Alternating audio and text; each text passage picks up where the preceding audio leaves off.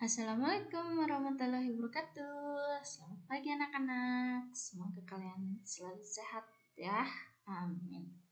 Baik anak-anak, hari ini kita melanjutkan masa pengenalan lingkungan sekolah atau MPLS. Kita sekarang akan membahas tentang materi tata krama siswa. Sudah siap ya? Tata krama siswa. Nah, di sini tata krama ada contohnya, yaitu sebelum ke contoh ya, kita baca sama-sama. Tata krama atau adat sopan santun atau sering disebut etiket telah menjadi bagian dalam hidup. Contoh, pada waktu kita semua masih anak-anak, orang tua kita selalu melatih kita ya untuk menerima pemberian orang dengan tangan sebelah kanan, mengucapkan terima kasih, lalu melatih cara makan, minum, menyapa, memberi hormat, dan berpakaian. Nah, lama-kelamaan perilaku kita menjadi kebiasaan. Nah, jadi tata krama adalah kebiasaan yang lahir dalam hubungan antar manusia. Nah, tata krama yang semula berlaku dalam lingkungan terbatas, lama-kelamaan dapat merambat ke lingkungan yang lebih luas. Tata krama telah menjadi bagian dari pergaulan sehari-hari. Jadi, dapat disimpulkan bahwa tata krama adalah kebiasaan sopan santun yang disepakati dalam lingkungan pergaulan antara manusia setempat. Tata krama terdiri atas kata tata dan krama. Tata berarti adat, aturan, norma, peraturan. Nah, norma ini adalah aturan yang ada di masyarakat setempat. Nah, kemudian krama. Krama artinya sopan santun, kelakuan, tindakan, perbuatan. Tata krama berarti adat sopan santun atau kebiasaan sopan santun. Nah, dalam tata krama ada tata krama pergaulan, komunikasi sebagai sifat alami manusia. Komunikasi dan tata krama pergaulan adalah hal yang tidak dapat dipisahkan. Kunci pokok dalam masalah komunikasi. Nah, dalam komunikasi tentunya selalu tidak jarang ya ada masalah atau ada ketidakpahaman.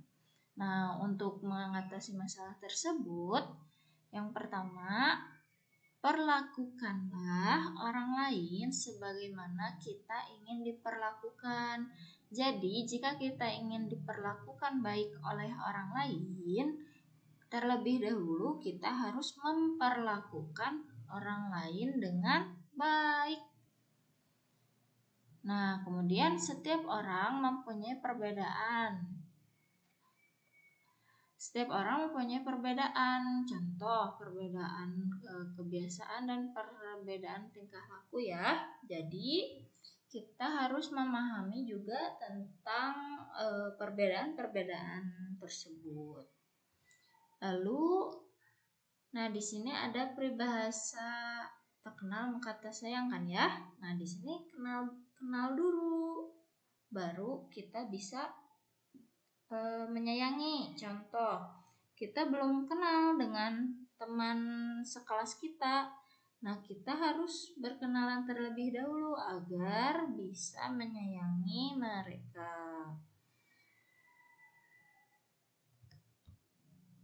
Nah, ada macam-macam tata krama. Yang pertama, tata krama dalam berkenalan. Nah, jadi ketika kalian berkenalan, kalian dan teman kalian saling menyebutkan nama, saling memandang, berjabat tangan, tidak mengayun-ngayunkan tangan. Nah, yang kedua, tata krama bertamu. Nah, jika kalian ingin bertamu, hendaknya berjanji dahulu dengan orang yang akan kita temui ya. Jadi janjian dulu dan datang tepat waktu. Nah, di sini juga ada yang harus digarisbawahi. Berjanji dulu atau membuat janji dengan orang tersebut dan datang tepat waktu. Jangan telat ya, karena bisa jadi orang yang kita datangi pada jam tersebut ada halangan atau ada acara yang lain ya. Nah, yang ketiga, tata krama berbicara. Berbicara juga ada tata kramanya atau ada sopan santunnya. Yang pertama, berkata, peliharalah lidah, jangan menyinggung perasaan, atau berkata kata-kata yang baik, jangan menyinggung perasaan ya. Nah, kemudian jangan memotong pembicaraan orang lain. Misalkan ibu kita sedang menasihati kita, nah kita langsung memotong pembicaraan ibu kita. Nah, itu nggak boleh karena itu tidak sopan ya. Kemudian perhatikan kita berbicara dengan siapa. Jadi harus diperhatikan juga kita bicaranya dengan siapa. Kalau misalkan dengan anak kecil harus seperti apa, kemudian dengan orang dewasa harus seperti apa, dan dengan teman harus seperti apa. Tentunya semua harus menggunakan kata-kata yang baik dan sopan ya. Nah, keempat, jangan lupa juga untuk selalu mengucapkan maaf, tolong, dan terima kasih ya. Karena ini adalah kunci dari komunikasi. Nah, kemudian ada tata krama berpenampilan. Nah, berpenampilan pun ada tata kramanya. Yang pertama, tata cara menggunakan pakaian. Selalu memakai seragam sekolah, bajunya dimasukkan ya ke celana atau rok kalian, lalu memakai dasi dan memakai sabuk hitam. Nah, ini untuk tata cara berpakaian seragam. Kemudian pada waktu olahraga, pakailah pakaian olahraga yang disesuaikan ya tentunya.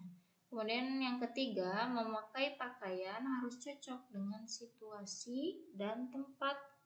Jadi kalau misalkan ada tetangga atau kerabat kita yang meninggal misalkan, nah jangan sampai kita memakai pakaian pesta ke rumah mereka karena itu akan menimbulkan pemikiran yang negatif kepada kita. Jadi untuk memakai pakaian harus cocok dengan situasi dan tempat yang akan kita datangi. Kemudian ada tata cara makan.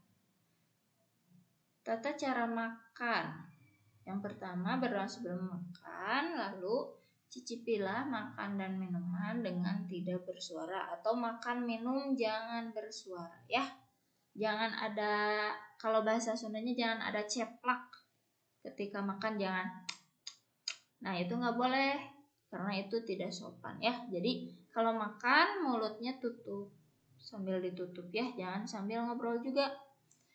Nah, kemudian yang ketiga, jika batuk pada waktu makan harus menutup mulut.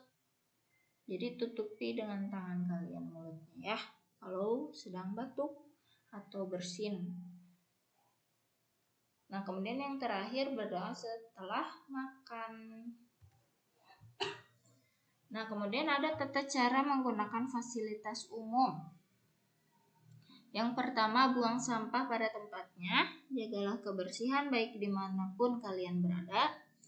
Sopan berkendara di jalan. Nah, sopan berkendara di jalan itu seperti apa? Contohnya tidak sembarang mengklakson kendaraan orang lain. Jadi jangan iseng untuk mengklakson orang ya. Jangan ugal-ugalan, itu juga termasuk sopan. Kemudian tidak mengganggu kenyamanan orang lain. Jadi ketika kita di fasilitas umum, contohnya di angkot, di posyandu, di sekolah, dan fasilitas umum yang lain, tidak boleh mengganggu kenyamanan orang lain. Ya, Indonesia termasuk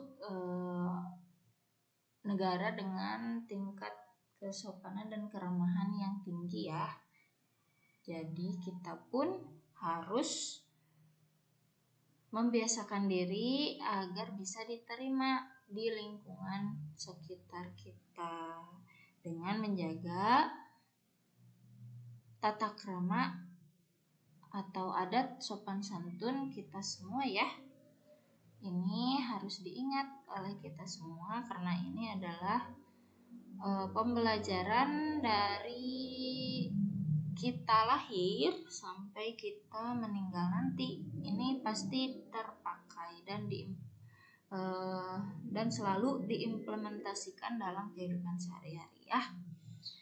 Nah, anak-anak, untuk materi hari ini dicukupkan sekian. Apabila ada yang ditanyakan, silakan ditanyakan di grup diskusi ya. Untuk tugasnya nanti Bu Disa kirimkan di grup juga. Terima kasih atas perhatiannya. Wassalamualaikum warahmatullahi wabarakatuh.